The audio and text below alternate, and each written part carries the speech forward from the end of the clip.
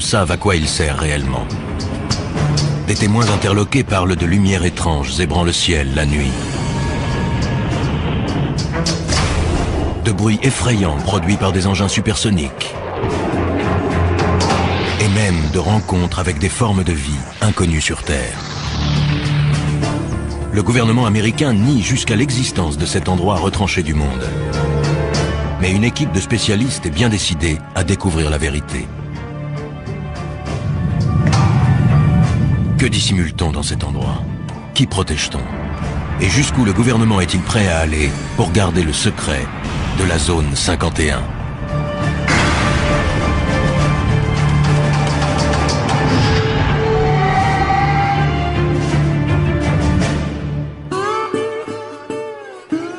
Ce qui est troublant, c'est qu'on nie son existence.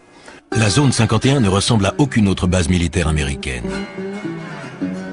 Situé au cœur du désert du Nevada, ce complexe top secret est entouré de montagnes abruptes et inhospitalières. Il est protégé par un système de sécurité infranchissable qui le soustrait au regard des curieux, mais aussi, comme le reprochent certains, au contrôle de l'État.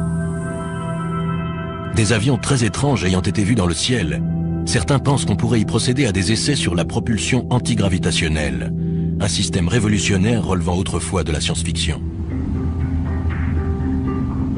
Chuck Clark est sans doute le plus grand spécialiste mondial de la zone 51. Astronome de profession et passionné d'aviation, il a toujours été fasciné par cette base destinée, au dire de l'armée américaine, à de simples essais aéronautiques. Au cœur du désert du Nevada, la petite ville de Rachel est la localité la plus proche de la base secrète appelée Zone 51. Elle surfe allègrement sur la publicité que lui apportent les rumeurs d'OVNI, mais beaucoup pensent que l'État encourage ceux qui propagent ces histoires d'extraterrestres pour mieux discréditer les observateurs plus sérieux.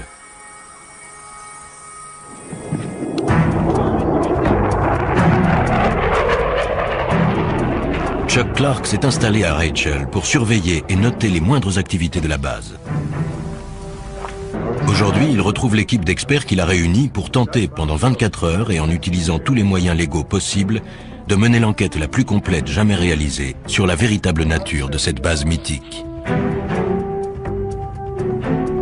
Leur mission, une journée et une nuit à l'affût du moindre indice, pour découvrir ce que l'État cache derrière les murs de la base militaire la plus protégée au monde.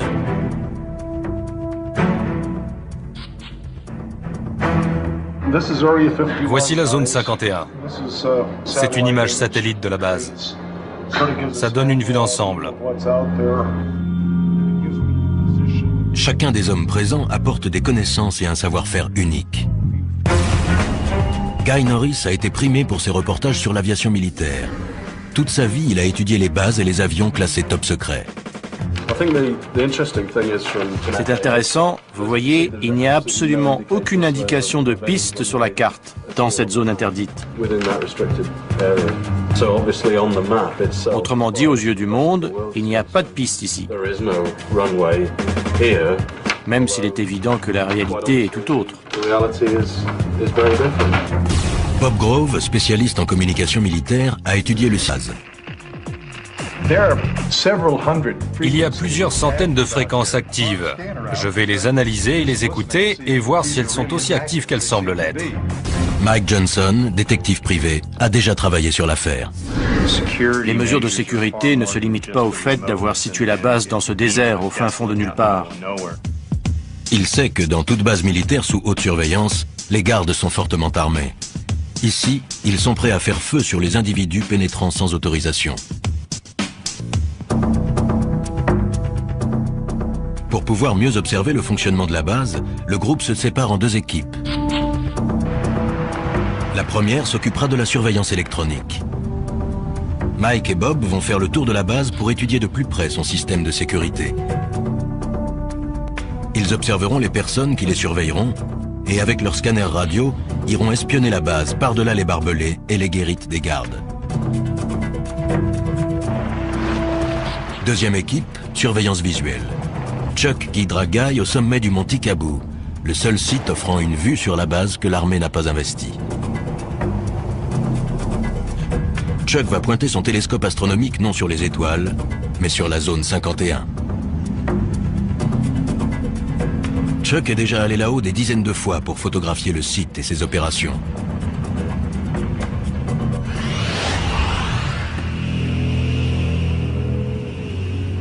Il y a 10 ans, pour sa retraite, il est venu s'installer à Rachel pour étudier les derniers modèles de l'aviation militaire.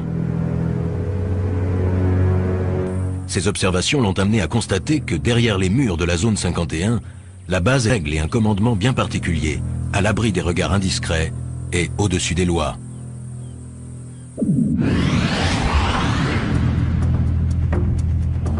Chuck a découvert jusqu'où pouvaient aller les mesures de sécurité sur la zone. Un jour, alors qu'il marchait dans le désert, il est tombé sur ce qu'il croyait être les débris d'un avion. J'ai voulu sortir le truc du sable par curiosité et j'ai vu une antenne qui dépassait. J'ai dégagé le sable. C'était un émetteur relié à un détecteur placé dans une boîte en plastique. Chuck venait de découvrir un détecteur de mouvement, placé non pas dans la zone tampon sécurisée, mais à des kilomètres du périmètre de la base secrète, dans un espace public. Pour Chuck, ces détecteurs viennent s'ajouter à la longue liste de moyens mis en place par la base pour surveiller de près les faits et gestes d'innocents citoyens.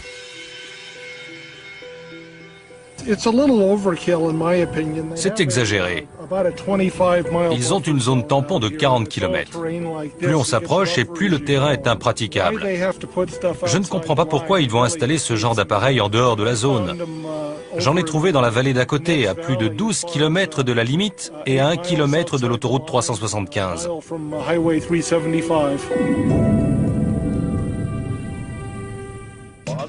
Bien décidé à dénoncer les agissements de l'armée, Chuck fait appel à un célèbre journaliste d'investigation, George Knapp. On a mis une demi-heure pour trouver le premier détecteur. 5 minutes pour le second.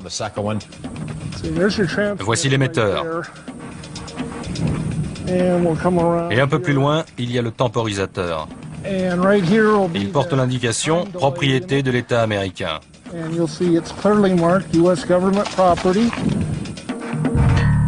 Au total, les deux hommes découvrent plus d'une dizaine de détecteurs destinés à transmettre des informations à la zone 51.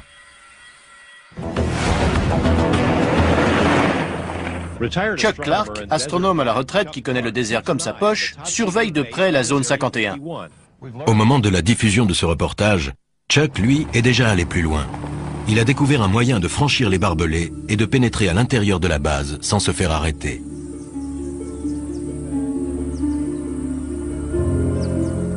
Mais pour cela, il doit parcourir 800 km jusqu'à Denver, dans le Colorado.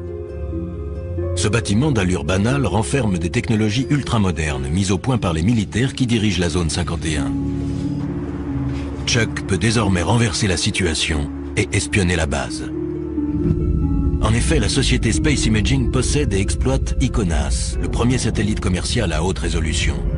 Ce satellite met 98 minutes pour effectuer une révolution autour de la Terre, et les images aériennes qu'il fournit sont tellement précises qu'il peut isoler le bâtiment qui finance la zone 51, le Capitole. Chuck, pourquoi cet intérêt pour cette zone? Je me suis installé là-bas il y a 10 ans, et quand je n'observais pas les étoiles et le ciel, je pointais mon télescope sur la base. Ça doit leur plaire. Ils adorent. Les photos aériennes d'ICONAS permettent à l'équipe de Space Imaging de créer une réplique fidèle en 3D de la zone 51. L'État américain n'apprécie guère Chuck, mais il ne peut empêcher Space Imaging de lui offrir son premier aperçu de l'intérieur de la base ultra secrète. Ça alors. C'est la zone 51 reconstituée grâce aux images d'ICONAS. On peut la survoler à l'aide de ce logiciel. C'est fantastique. J'ai pris des photos de la façade de ces bâtiments, mais je n'avais jamais vu celui-là. On voit du sable sur la piste. Peut-être qu'un engin a atterri récemment dessus ou juste à côté. C'est peut-être aussi juste un trompe-l'œil. Ces gens sont retors. Il faut l'être pour diriger une base pareille. Ce serait bien leur genre. Ouais. Vous allez diffuser ça? Je suis un peu Little Brother surveillant Big Brother. À force d'être à l'affût de détails, on finit par comprendre des choses. C'est aussi sécurisé qu'on le dit et qu'on le voit à la télé? Sans doute plus encore. Ils ont installé des détecteurs à des kilomètres de la zone. Ils vous repèrent bien avant que vous n'approchiez de l'enceinte. Je ne vais pas disparaître après ça. Ça se pourrait. Une fois sa mission accomplie, Chuck reprend aussitôt la route, impatient de faire part de ses découvertes au reste de l'équipe. Mais pendant la zone 51, le gouvernement fédéral lançait déjà sa contre-attaque. Un coup dur attendait Chuck. Un ami m'a appelé. Le FBI était avec lui et m'a demandé ce que je fabriquais dans la zone 51. Il laissait sous-entendre que Chuck allait passer un mauvais quart d'heure.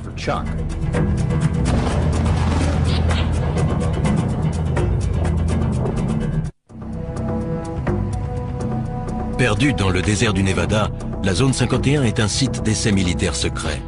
Elle est à l'abri des regards indiscrets grâce à une zone tampon de 40 km, des montagnes et un environnement inhospitalier. Deux équipes d'enquêteurs ont décidé d'épier et de noter les moindres mouvements et les moindres bruits. Si tout se passe comme prévu et si les gardes de la base les laissent tranquilles, les deux équipes se retrouveront 24 heures plus tard. Chuck Clark et Guy Norris vont s'installer au sommet d'une montagne munis d'un télescope et d'un appareil photo. On est au milieu de nulle part. On est à 35 km dans l'arrière-pays. Le plus dur les attend encore. Ils ont devant eux 2 bonnes heures de marche pour gravir le mont Tikabou. Ça fait combien de haut? Un peu moins de 2500 mètres. On est à 2100 ici. Là, on est vraiment tout seul, non? Ça, c'est sûr. On sera dans de beaux draps si on se casse une jambe. Chuck Clark va au-devant de graves ennuis. George Knapp ayant révélé qu'il avait découvert des détecteurs de mouvement cachés hors du périmètre légal de la zone 51, le FBI a décidé de lui donner une leçon.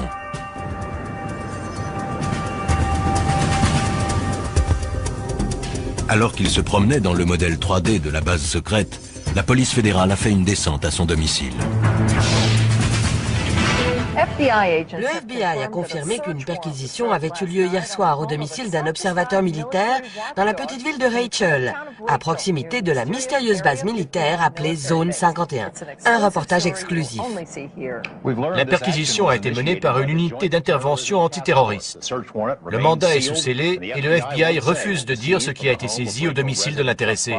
Je passais par là en voiture et j'ai remarqué qu'il y avait des types devant la maison de Chuck. Bill Whiffen habite non loin de là. Il savait que Chuck était absent. Pensant tout d'abord qu'il s'agissait d'un cambriolage, il a saisi son appareil et a pris des photos. Les hommes et les femmes que l'on voit ici sont des membres de l'unité antiterroriste. Il y avait une dizaine de voitures et plus d'une dizaine de personnes. J'ai reconnu les insignes et le sigle FBI sur leur veste. Je les ai photographiés. Ils remplissaient des cartons et ils ont emporté un disque dur. Chuck arrive chez lui sans se douter de ce qu'il attend. Voyons voir. Tiens, c'est bizarre. Chuck a perdu le fruit de son travail, mais il se sent aussi traqué dans son intimité et menacé. Le mandat et la liste du matériel confisqué ont été laissés sur la table de sa salle à manger. C'est juste un mandat de perquisition. Ils ont laissé une carte. Et l'inventaire, je suppose. Voyons ça. Mandat de perquisition de la Cour américaine. Unité antiterroriste du Nevada. Rien que ça. Chaque recoin de la maison a été soigneusement fouillé. Ils ont pris un tas de trucs. Des scanners, des radios. Ils ont embarqué 6 disquettes, 15 CD, des photos de la zone 51, des négatifs, 2 albums de photos et l'écran. Ça, je ne vois pas pourquoi. Qu'est-ce qu'ils espèrent tirer d'un écran? Ah, le téléphone. Les nouvelles vont vite. Des voisins et des amis appellent. Allô? Apparemment, le FBI est passé chez moi en mon absence. Non, je n'ai pas encore disparu. C'est pour ce soir. Ce que je fais ne leur plaît pas, mais ce n'est pas illégal. Ils n'ont pas dû apprécier qu'on raconte qu'ils ont placé des détecteurs sur l'espace public. Leur message était clair. Arrêtez.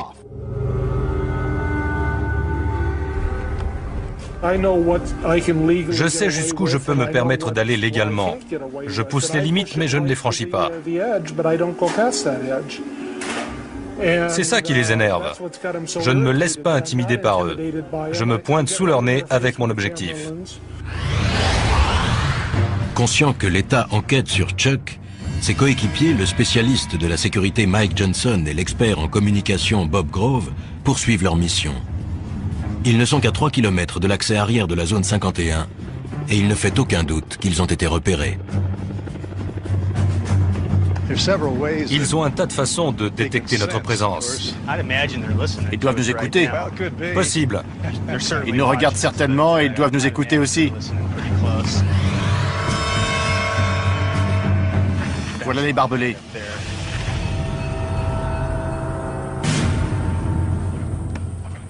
Les deux hommes décident de longer les barbelés sans quitter des yeux le bâtiment des gardes. Voyons ce qu'on va trouver.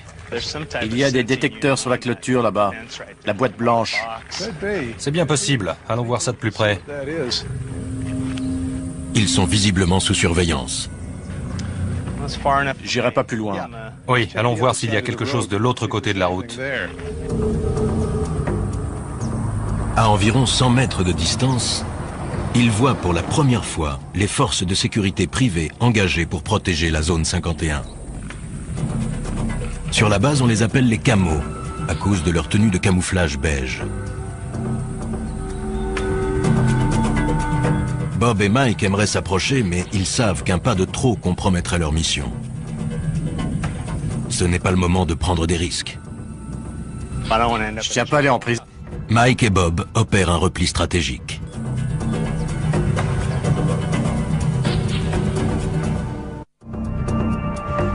Nos enquêteurs souffrent des rigueurs du climat désertique. Ils réalisent que 24 heures est un délai bien court pour tenter de découvrir les mystères d'un lieu dont l'État continue de nier l'existence. J'aurais dû m'entraîner. Sur la montagne, Chuck et Guy ont entrepris l'ascension du mont Tikaboo par un sentier dangereux. Ils portent un télescope de 20 kg et du matériel pour affronter la nuit froide. Les 800 premiers mètres jusqu'à la crête sont tuants. Le chemin est raide et glissant. Et ça ne va pas en s'arrangeant. Leur destination, le seul site d'où l'on puisse avoir une vue en surplomb de la zone 51.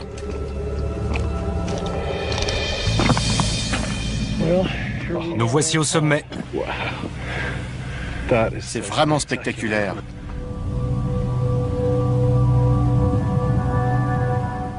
Alors, ça valait la peine. J'ai du mal à exprimer ce que ça me fait d'être là. C'est bizarre. On est là, sur la planète Terre, mais on a l'impression d'être à la lisière d'un autre monde. À travers la brume de chaleur, c'est bien un autre monde qu'on aperçoit. Un monde que l'État américain a cherché à soustraire au regard des curieux. Je vois des bâtiments qui brillent au soleil et j'aperçois une des pistes. C'est incroyable. Je n'en crois pas mes yeux. C'est inimaginable. Depuis le temps, c'est vraiment incroyable. C'est pas un mythe. Non, ça existe vraiment.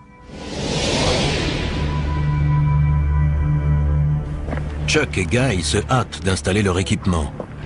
Car ils savent parfaitement que si d'ici ils peuvent voir la base, elle, peut également les voir. Ils sont à 40 km de la zone 51 et comptent sur le télescope de Chuck et son appareil photo avec téléobjectif pour espionner et consigner la moindre activité se déroulant là-bas. Avec le téléobjectif, l'image sera grossie jusqu'à 50 fois. Je vois. Les deux hommes savent que la base sert à tester des technologies modernes et ultra secrètes, dignes des récits de science-fiction. Sur ce qu'ils peuvent bien faire là-bas, on les soupçonne de plus en plus de travailler sur la propulsion antigravitationnelle. La quête du Saint Graal de l'aéronautique serait sur le point d'aboutir. On parle d'expérience sur l'antigravitation et j'ai vu 2 ou 3 trucs. Quel genre? Des objets qui s'élèvent lentement et restent en suspension durant quelques minutes, filent dans le ciel et puis s'arrêtent instantanément ou font demi-tour à toute vitesse. C'est incroyable. On ne sait jamais à quoi s'attendre. Ils testent toutes sortes de choses ici. En contrebas, dans le désert, déguisés en simples campeurs, Bob Grove et Mike Johnson s'apprêtent à écouter tout ce qui entre ou sort de la zone 51. Ils n'auront pas de vue directe sur la zone, mais Bob pourra écouter toutes les transmissions. Si un phénomène quelconque se produit, on peut le mesurer physiquement grâce à tout un tas d'instruments. Celui-ci, par exemple, vous entendez le bruit qu'il fait? Ça indique la présence d'émetteurs, ce qui est le cas puisqu'on porte tous les deux des petits micros sans fil.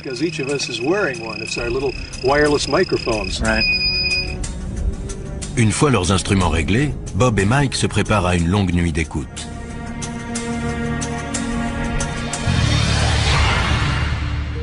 Au sommet du Mont Tikabou, Chuck Clark et Guy Norris ajustent la position du télescope. Si un événement se produit, ils n'auront que quelques secondes pour réagir. C'est une nuit sans lune. On a plus de chances qu'il se passe quelque chose, non? Ça augmente les possibilités. Ils ne prendront pas le risque de faire des essais au clair de lune. Moins la lune est visible et plus on a de chances qu'ils en fassent.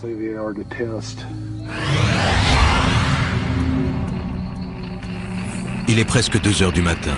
Le spécialiste en électronique Bob Grove et l'expert en sécurité Mike Johnson ont établi leur camp juste en bordure de la base. L'équipement radio ultra perfectionné va repérer toute activité au sol ou dans les airs.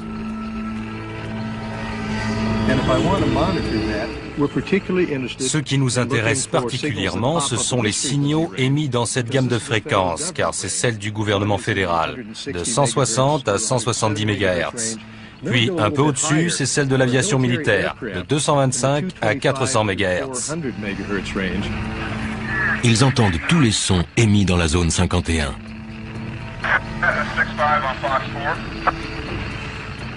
Bob ajuste la fréquence. C'était quoi ce qu'on entendait à la radio? La sécurité. Il parlait de nous? Possible. Mike et Bob soupçonnent fortement la sécurité de la base de les surveiller. Toute la nuit, ils se tiendront prêts à une éventuelle intervention.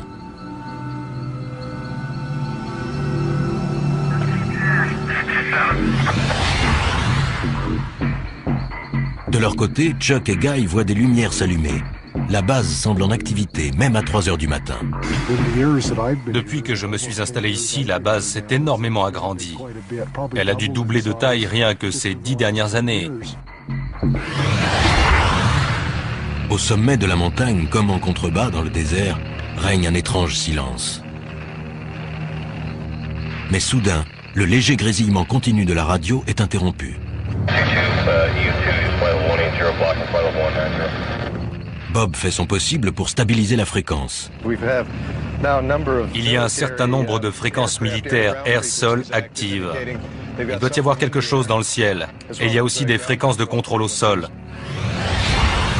Le quelque chose en question se dirige à toute vitesse vers Guy et Chuck.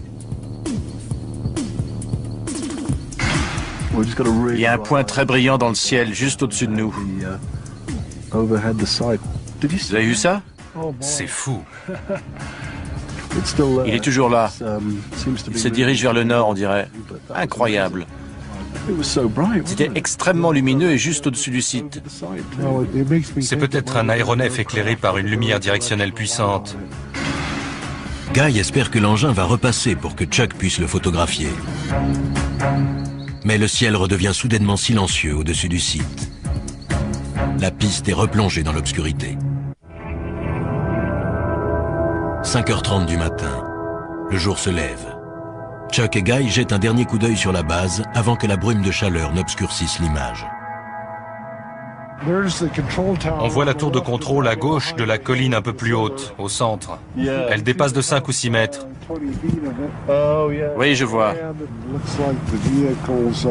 On dirait que les véhicules sont sur le côté gauche du nouveau taxiway.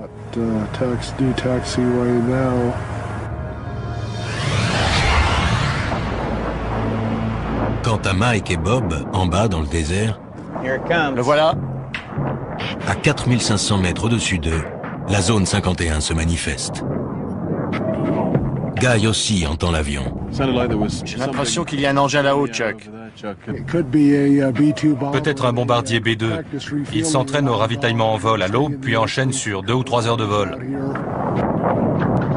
C'est leur jour de chance. Le B-2 n'est pas seul.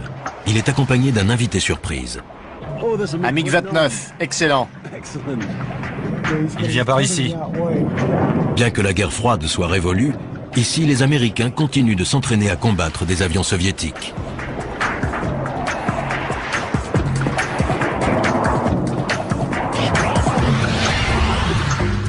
En contrebas, dans la vallée, Mike et Bob sont persuadés que la sécurité de la base les a épiés toute la nuit. Avant de retrouver Chuck et Guy, il leur reste un dernier endroit à visiter. Si j'ai bien suivi les explications de Chuck, l'entrée principale est à une petite quinzaine de kilomètres, en direction de la colline. Alors qu'ils s'approchent de l'entrée principale, Mike aperçoit une chose surprenante dans son rétroviseur. Un véhicule arrive derrière eux à toute allure. Ses vitres sont teintées afin de protéger ou de dissimuler les passagers qu'ils transportent, des employés de la base qui se rendent à leur travail. La vache. Le car ne ralentit même pas. Il devait rouler à plus de 70 km à l'heure. Plus peut-être même. Il était pressé. Ouais. Pour préparer cette mission de 24 heures, Mike Johnson a passé des semaines dans des planques très inhabituelles. Son but, dénicher un employé qui, pour la première fois, accepte de parler de la vie sur la base. Pour un enquêteur comme moi, c'est ahurissant de voir à quel point le secret de ce complexe est bien gardé.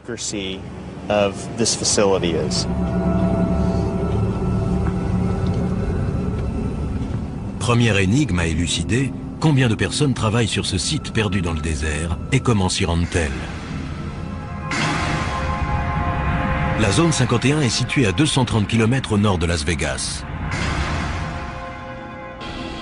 Depuis des années, on raconte que 5 jours par semaine, une mystérieuse compagnie aérienne transporte des centaines d'employés depuis un aéroport situé près de Las Vegas jusqu'à la base secrète. La compagnie s'appellerait Janet Air, J-A-N-E-T, ce qui signifierait en anglais « Just Another Non-Existent Terminal », encore un terminal qui n'existe pas. Quel que soit son nom, en tout cas, la compagnie existe bel et bien. Nous sommes à l'aéroport international McCarran. Le terminal Janet est situé à l'extrémité ouest. Ce site secret n'est qu'à quelques centaines de mètres du fameux strip de Las Vegas. Les seules indications sont les pancartes « Attention »,« Installation sous surveillance »,« Entrée non autorisée ». Il n'est écrit nulle part de quoi il s'agit. C'est ce qu'on appelle se cacher au vu et au su de tous. En observant les avions de Janet Air, Mike a immédiatement remarqué qu'il leur manquait quelque chose. Ces appareils ne possèdent aucun signe distinctif, à part le numéro sur la queue. Tous les avions portent un numéro, sauf les avions militaires. J'en déduis donc que ces engins appartiennent à une compagnie privée. Grâce à ses talents d'enquêteur, Mike a retrouvé le propriétaire de cette flotte, la société EG&G, un très gros fournisseur de l'État. Un vol Janet vient d'embarquer. L'avion s'est mis en position sur le tarmac et ne devrait pas tarder à décoller. En général, ces avions-là n'attendent pas très longtemps. Ils se présentent sur la piste et décollent en moins de 2.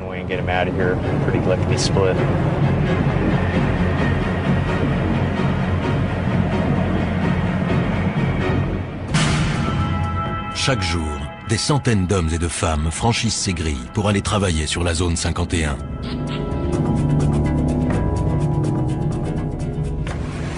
Une voiture s'approche. Le garde va sortir et le conducteur va présenter une pièce d'identité. Le garde se demande ce que je fais là. On s'observe mutuellement. Mike a beau être sur la voie publique, il a toutes les raisons de s'inquiéter. Le garde n'a pas quitté sa voiture des yeux. C'est clair qu'il m'a repéré. Il sait que je suis là. Ce pourrait être pour Mike l'occasion de tester le cité. Mais il sait qu'il risque de compromettre la mission ou de finir en prison.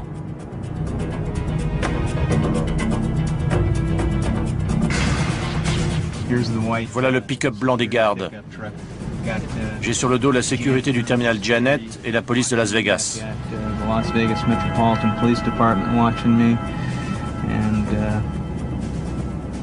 Ça m'étonnerait fort qu'aucun type en civil ou en uniforme ne vienne me demander mes papiers. L'étau se resserre non seulement au sol, mais aussi dans les airs. Il y a un hélicoptère au-dessus de nous. Mike préfère battre en retraite. Il reviendra pour poursuivre son enquête lorsque les choses se seront calmées. Les 24 heures sont presque écoulées, mais Mike et Bob touchent au but. Je vois des panneaux orange à flanc de colline, là. D'après Chuck, ils marquent la limite. Il y a des équipements de surveillance là-haut, et la limite est juste là. Oui, on y est. Moi, j'irai pas plus loin. Ce modeste tronçon de route est l'un des lieux les plus surveillés de la planète.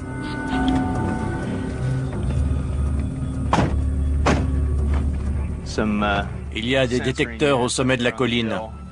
On dirait qu'ils l'ont mis là-haut exprès. Tous ceux qui ont franchi cette limite ont été arrêtés, interrogés, et se sont vus confisquer leurs appareils photo, leurs téléphones portables et parfois même leurs vêtements. Accès non autorisé. Interdiction de photographier le site. Bon. Ben, on y est.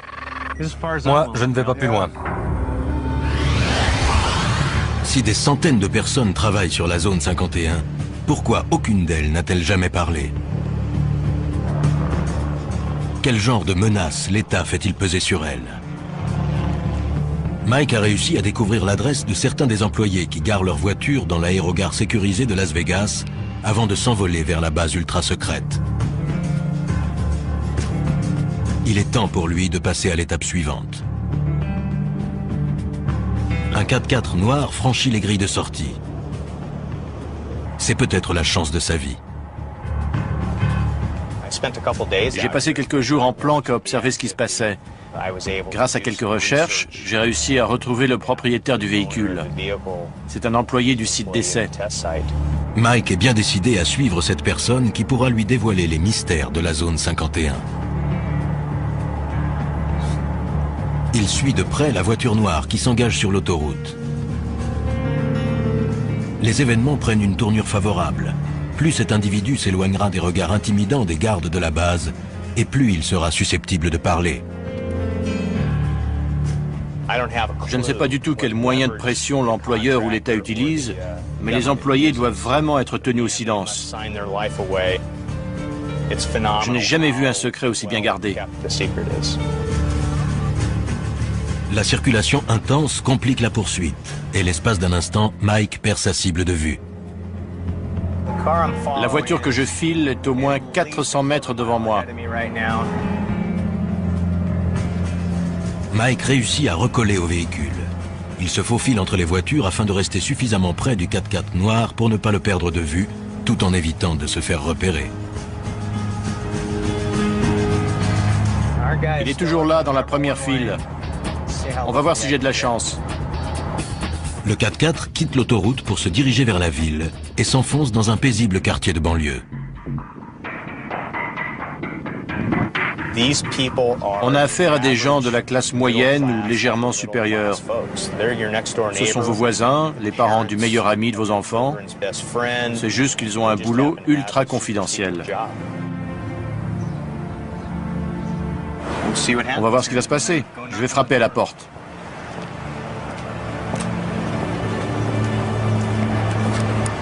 Les réponses aux questions de Mike se trouvent-elles derrière cette porte?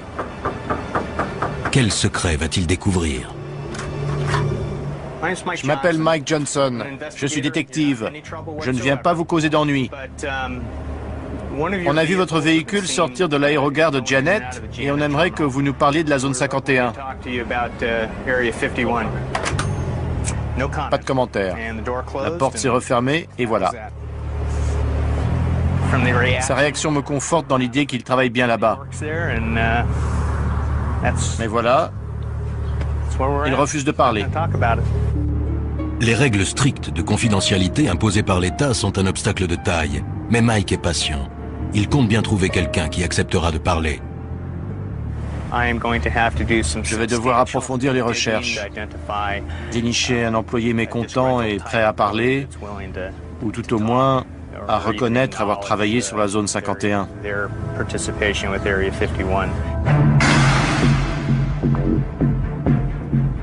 De retour à Las Vegas, Mike Johnson semble bien parti pour trouver un employé de la zone 51. Un informateur lui a suggéré de se rendre dans cet hôtel tout à fait ordinaire. Si ces informations sont exactes, un ancien employé de la zone 51 l'attend à l'étage.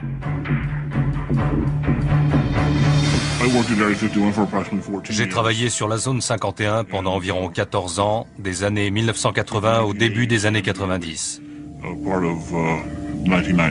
C'est gagné. L'homme est prêt à se confier, mais uniquement à condition qu'on taise son nom, qu'on masque son visage et qu'on déforme sa voix.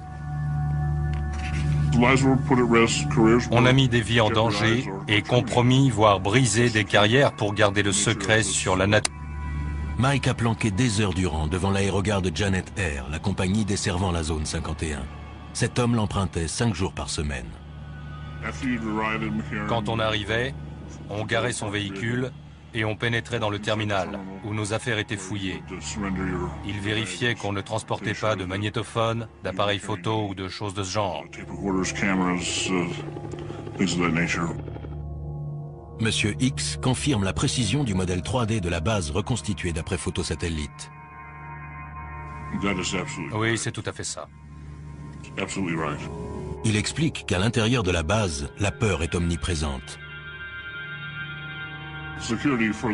Les mesures de sécurité à l'égard du personnel sont bien plus strictes que ce qu'on peut voir à l'extérieur.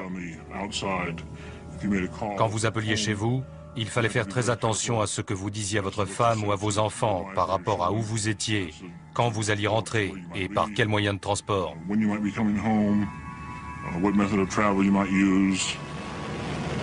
Quel genre de travail peut donc nécessiter une telle confidentialité? C'est une base d'essai d'appareils d'un nouveau genre, tout simplement. Les États-Unis montent des projets classés secrets pour une raison ou une autre, et les appareils sont testés et mis à l'épreuve sur ce site. D'après cet homme, la zone 51 ne ressemble à aucune autre base aérienne militaire. C'est une armée distincte de l'armée de l'air régulière. Et les individus qui y travaillent savent qu'ils sont à part et d'une certaine manière au-dessus de l'armée de l'air régulière. Il affirme que les personnes qui dirigent la zone 51 n'hésitent pas à mettre en danger la vie de leurs employés. Ils ont un pouvoir absolu et sont corrompus. Les individus qui dirigent le site fonctionnent comme les personnages d'Apocalypse Now. Ils n'ont aucun scrupule. Ils remplissent leur propre mission.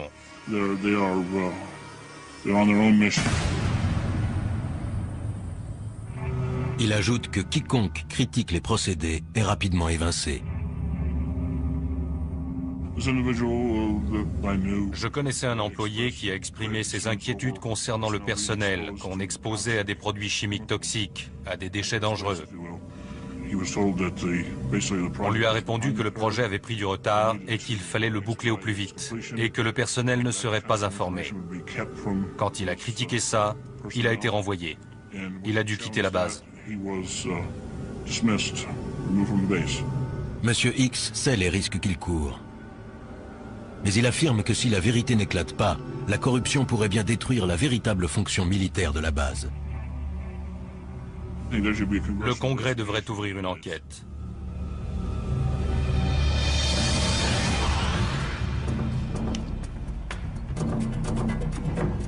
Sur le terrain, affamés et épuisés, Chuck et Guy vont devoir à présent affronter une descente raide et délicate. Ils ne seront sûrs d'avoir échappé à la sécurité qu'une fois arrivés sains et saufs au lieu de rendez-vous avec le reste de l'équipe.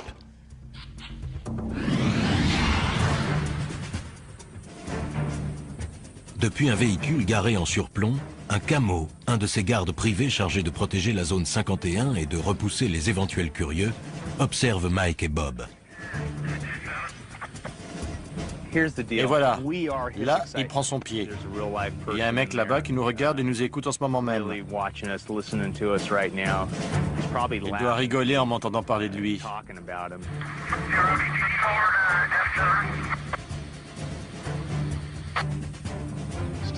Toujours beaucoup d'activités sur la fréquence de la sécurité. On a vu tout ce qu'on avait à voir, j'irai pas plus loin. Inutile de tenter le diable.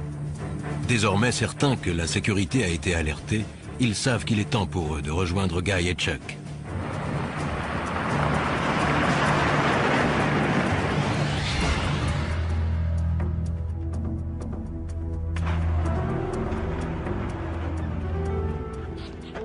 Salut.